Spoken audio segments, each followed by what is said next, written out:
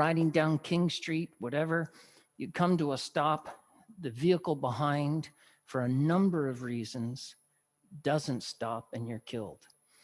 Now, why would somebody do that? Well, many people believe a motorcycle being lighter and a shorter wheelbase will stop in a much shorter distance.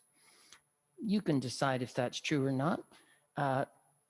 If there's a real expert rider, a motorcycle will usually stop in a shorter distance than a heavy van or truck, but a modern 4-disc equipped car will stop almost the same distance, but maybe they were following you too close. So you're riding along, you look in your mirror on the approach to the intersection, just a quick glance, and all you see is the hood emblem of the trucker car. That's too close. If you have to do an emergency stop, I doubt that person's going to be able to. So how do you get rid of, first of all, a vehicle that's following too close? Some people feel guilty that they're holding them up. This is usually a newer rider. They're a little nervous. They don't want to go more than 50, and traffic is going a lot faster than 50. What that person does, which I think is very wrong, is the rider will decide, you know what, I'm going to go over to the right-hand side of the slow lane, almost where a bicyclist would ride, and that way I'll feel better over there. Well, what often happens is the car driver takes that as an invitation to pass the motorcyclist in their own lane, which is crazy in North America. In Europe, I was lucky enough to go on a trip with Rene Cormier, a great Canadian who has a business taking people on motorcycle trips all over the world. I went with a group to South Africa and Namibia. It was unbelievable. And what I noticed riding in traffic, you would come up behind a car or van, they would see you in their mirror, and immediately, almost 100% of the time, the person going the same direction as I was would move over to the far edge of the road, leaving a meter of space in their lane and allow the motorcyclist to pass. And they'd often toot the horn or wave. That attitude changes when you cross the ocean.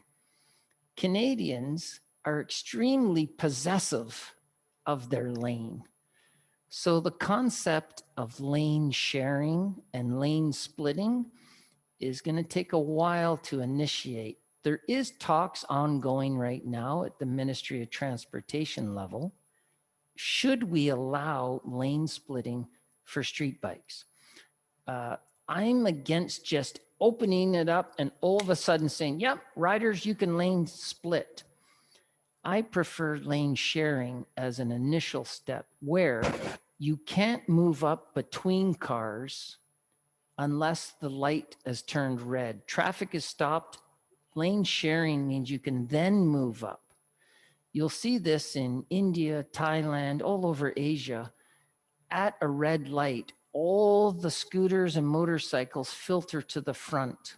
Could be 100 of them.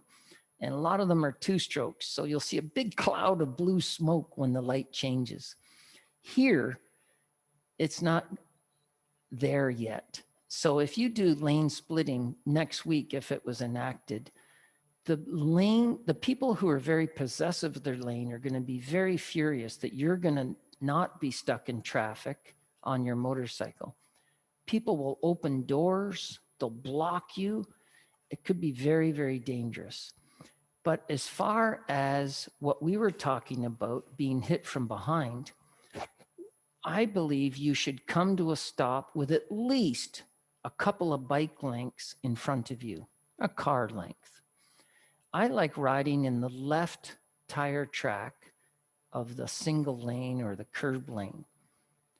Tire tracks, I'm pretty well sitting where I would be if I'm in my car driving. That's the left tire track. The center of the lane, we don't want to ride there because there's junk, there's debris.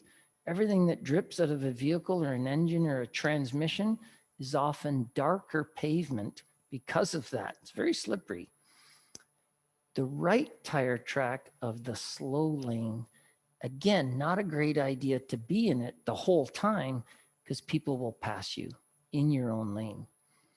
Once 3 cars back sees the 2 cars in front of you pass, they're going to too. So the left tire track affords me better traction than the center, better vision because I can look up and see around other vehicles. And also it's a bit of a blocking position. So I'm less likely to be passed, although it has happened, less likely for cars passing you on your right side than on the left. Something to think about tire tracks. But let's get back to being hit from behind. So we've stopped, we've left a bunch of distance in front of us. I've also checked my mirror on the approach to the stop. If people are following too close, see, after 5 minutes, I've gotten back to that. If it happens when you're normally riding around folks, don't resort to anger. Doing this with some kind of a gesture might release a little anger, but you're taking your focus away from the big picture and the big dangers in front of us, not as much behind us. I'll never forget the day I got my motorcycle license was the day I turned 16. I was a little anxious. I bought an old 350 Honda off of my brother Brian. My ex-brother-in-law, he congratulated me and he handed me a handful of these little ball bearings. Well, what are those for? Because you put those in your clutch side pocket because your hand's on the throttle. If anybody's following you too close, you throw out a couple of those babies, it'll take out their headlight or their windshield.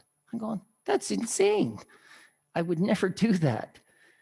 But if you haven't had your patience and anger tested while you're on your motorcycle, it's going to happen.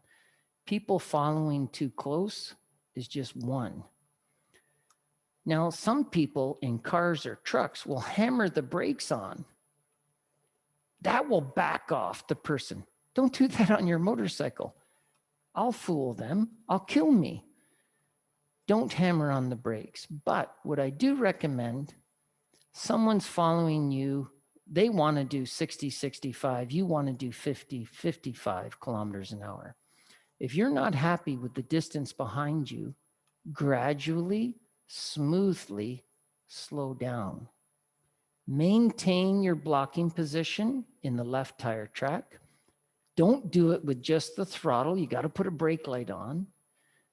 And what happens to that person? They were frustrated before. They're really frustrated now. You've slowed down, which has opened up all that space in front of you. The aggressive, impatient driver wants that space.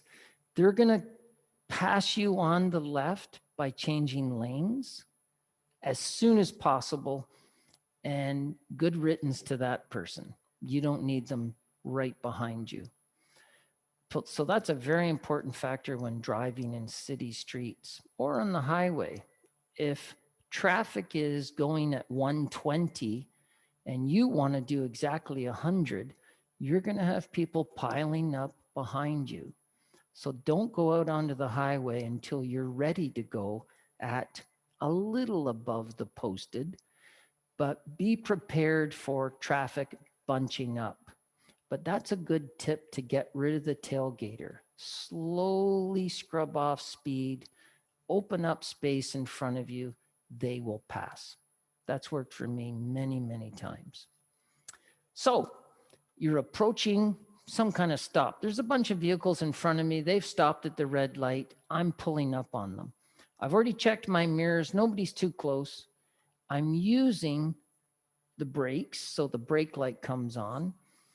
As I come into the stop, if you've had some rider training, I think what your instructor would have said is just as you come in for a stop, lean the mass of your head and helmet to the left.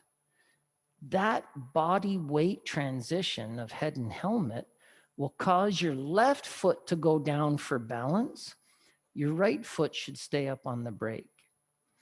The exception to that would be, and I actually do this, I have one bike, it's an old BMW, extremely tall, 36-inch seat height, and I'm 6 feet tall. I'm tippy-toed when I stop at a light on this old BMW called an HP2. So what I do is shift my butt off to the side so I can put my foot down flat, but I can't touch with both feet. Mind you, I don't stop much with it. I ride this bike a lot off-road, so I don't have to put my feet down that much. But on the road, that's what I do. But I've got a foot on the brake, especially if I'm at the first vehicle at the intersection where the white line is where pedestrians cross. We don't recommend you put your bike in neutral and you just put your hands and feet down and relax. As soon as a brake light goes off on a vehicle, following drivers take that as an indication that you're going to be moving. So many motorcyclists have been punched into traffic by the car who saw the brake light come off. The light's still red, but they've let their foot off of their brake and given it gas. So that's why I keep a foot on the brake, keep a brake light on. And it's that important that the consultants who made the graduated licensing program for Ontario, they decided that was a markable error. So at a stoplight or an intersection, if you have to stop, if your brake light goes off for more than 3 seconds, that's a markable error because you've given this false impression to following traffic that you should be moving maybe.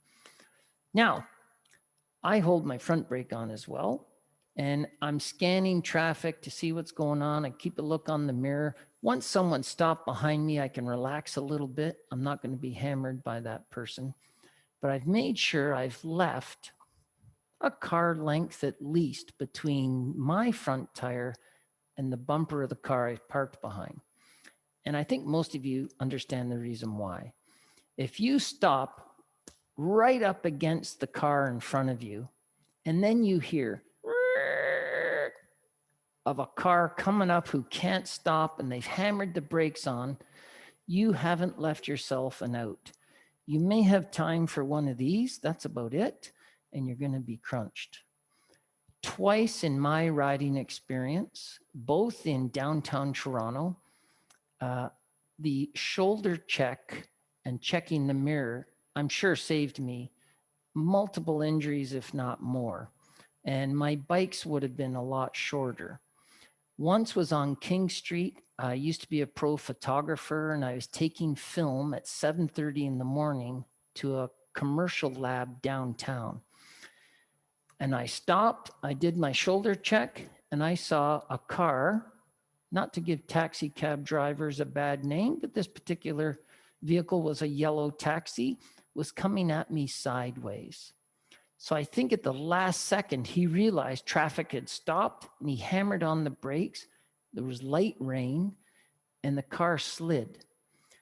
I'd left room in front of me. I literally dropped the clutch and hammered the throttle, and I moved up between the cars that were stopped, ran the white line, split the lanes. The taxi smashed into the car that I used to be behind, so I would have been sandwiched between them. Now, no police officer is going to give you a ticket for doing what I did, riding out of the lane, splitting the lanes. It saved your life. Now, if you decide to stay there for an hour on the way home, you probably get charged. And that's a difference in riding in Europe than here. We have a great instructor. He's a real character. If you ever come visit us, you have to meet Christos Bambaramos. He's from Greece. He was a doctor in Athens, fell in love with a beautiful Canadian lady. She came back to Barrie, where I'm from. He couldn't live without her. So he left the Mercedes, he left his family,